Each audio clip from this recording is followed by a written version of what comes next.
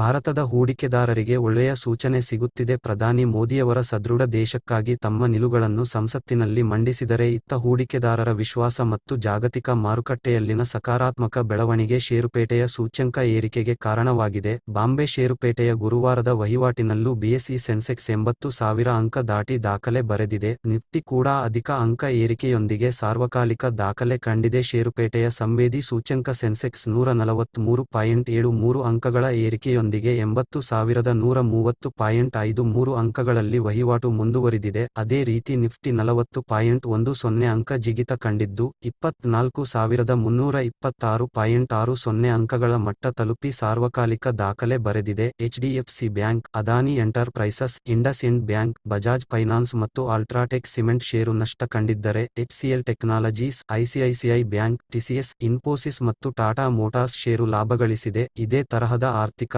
ಹಣಕಾಸು, ರಕ್ಷಣಾ, ರಾಜಕೀಯ ಮತ್ತು ಇನ್ನೂ ಹಲವಾರು ಕ್ಷೇತ್ರದ ಮಾಹಿತಿಗಾಗಿ ನಮ್ಮ ಚಾನಲ ಲೈಕ್ ಮಾಡಿ, ನಿಮ್ಮ ಸ್ನೇಹಿತರಿಗೆ ಶೇರ್ ಮಾಡಿ. ಧನ್ಯವಾದಗಳು.